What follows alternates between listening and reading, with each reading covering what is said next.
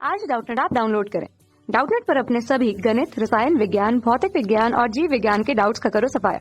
बस प्रश्न की फोटो खींचो, एक ही प्रश्न को क्रॉप करो और तुरंत वीडियो सोल्यूशन पाओ। अभी डाउनलोड करें। हेलो, तो मेरे पास यहाँ पे एक प्रश्न है, इसमें लिखा है निम्नलिखित कथनों में कौन से कथन सत्य हैं और कौन से कथन असत्य हैं।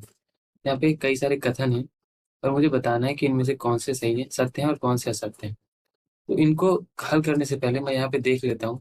तो एक तो यहाँ पे जो पूर्ण संख्याएं होती हैं वो क्या होती हैं। तो पूर्ण संख्या जो होती है वो 0 से प्रारंभ होती है, फिर 1, फिर 2, फिर 3, ऐसे बढ़ती जाती हैं, ये अनंत तक जाती हैं। ऐसे यहाँ पे प्राकृत संख्याएं क्या होती हैं। तो प्राकृत संख्याएं वो होती हैं जो संख्याएं यहाँ पे 1 से शुरू होती हैं, 1, 2, 3, वैसे यहाँ पे बढ़ती जाती हैं।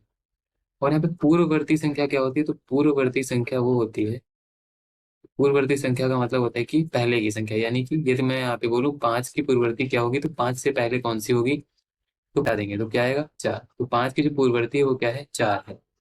और परवर्ती संख्या क्या होती है। तो परवर्ती संख्या वो होती है जो बाद में आती है, यानी कि यदि 5 था तो 5 के बाद यानी 5 में 1 जोड़ेंगे तो कितना आता है, 6। तो 6 जो हो जाएगी वो 5 की परवर्ती संख्या हो जाएगी। तो ये कथन मुझे यहाँ पे ये याद रखना है। तो अब देखिए यहाँ पे, अब मैं यदि यहाँ पे हल करूँ तो शून्य सबसे छोटी प्राकृत संख्या है। जो प्राकृत संख्या है वो 1 से प्रारंभ होती है, इसलिए ये कथन क्या हो जाएगा, ये असत्य हो जाएगा। 400 जो है संख्या 399 का पूर्ववर्ती है।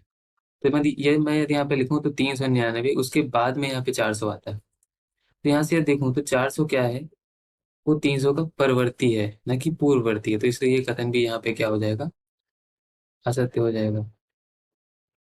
शून्य सबसे छोटी पूर्ण संख्या है, तो चूंकि पूर्ण संख्या में देखें तो शून्य सबसे छोटी है, इसलिए ये कथन क्या हो जाएगा, सत्य हो जाएगा। 600 जो है वो 599 का परवर्ती है। तो देखिए 599 पहले लिखेंगे, उसमें 1 जोड़ेंगे तब 600 आएगा। तो ये 600 कब आता है, जब इसमें 1 जोड़ते हैं। तो इसलिए ये क्या है, परवर्ती हो गया। तो यहाँ पे ये कथन क्या हो जाएगा, ये कथन सत्य है। सभी प्राकृत संख्याएं पूर्ण संख्याएं होती हैं। तो प्राकृत संख्याएं 1 से प्रारंभ होकर अनंत तक होती हैं और पूर्ण संख्या 0 से प्रारंभ होकर अनंत तक होती हैं। तो यहाँ से मैं देख सकता हूँ कि 1 से लेकर अनंत तक की संख्याएं जो है इसमें है। इसलिए मैं सकता हूँ कि जो प्राकृत संख्या है वो पूर्ण संख्याएं भी होती हैं। तो ये कथन क्या हो जाएगा, सत्य हो जाएगा। और सभी पूर्ण संख्याएं प्राकृत संख्या होती हैं, तो ये कथन असत्य है, क्योंकि प्राकृत संख्याओं में 0 नहीं होता है। तो ये कथन क्या हो जाएगा, ये असत्य हो जाएगा। अब यहाँ पे 2 अंकों की पूर्ण संख्या का पूर्ववर्ती 1 अंक की संख्या कभी नहीं हो सकती। तो 2 अंकों की जो संख्या, मान लीजिए यहाँ पे मैंने 10 ले लिया है, तो यदि मैं 10 की जो पूर्ववर्ती लिखूंगा तो क्या आएगा, 10 में से 1 घटाएंगे तो 9 आएगा। अब चूंकि मैं ऐसे करता हूँ, ये देख सकता हूँ कि 10 जो है 2 अंकों की संख्या है और जबकि 9 जो है वो 1 अंक की संख्या है। तो इसलिए ये कथन क्या हो गया, तो ये कथन हो गया असत्य। अब 1 सबसे छोटी पूर्ण संख्या है, तो पूर्ण संख्या सबसे छोटी कौन सी है, 0 है। तो इसलिए ये कथन भी हो गया असत्य। अब यहाँ पे देखो, प्राकृत संख्या 1 का कोई पूर्ववर्ती नहीं होता। तो चूंकि प्राकृत संख्या 1 से प्रारंभ होती है, इसलिए यहाँ पे इसका कोई पूर्ववर्ती नहीं होता, ये सत्य कथन हो जाएगा। पूर्ण संख्या 1 का कोई पूर्ववर्ती नहीं होता, तो पूर्ण संख्या 1 है, उसके पहले यहाँ पे क्या आता है, 0 आता है। और 0 भी एक पूर्ण संख्या है, इसलिए ये कथन क्या हो जाएगा, ये कथन असत्य हो जाएगा। अब यहाँ पे एक कथन है कि पूर्ण संख्या 13 संख्या 11 और 12 के बीच में आती है। यदि मैं लिखूँ तो 11 के बाद जो पूर्ण संख्या आती है वो 12 आती है और 12 के बाद जो आती है वो 13 आती है।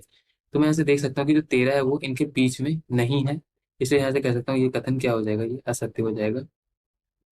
और यहाँ पे पूर्ण संख्या 0 का कोई पूर्ववर्ती नहीं होता, तो चूंकि पूर्ण संख्या 0 से ही प्रारंभ होती है, इसलिए 0 के कोई पहले कोई संख्या पूर्ण संख्या नहीं होती, इसलिए ये सत्य कथन हो जाएगा।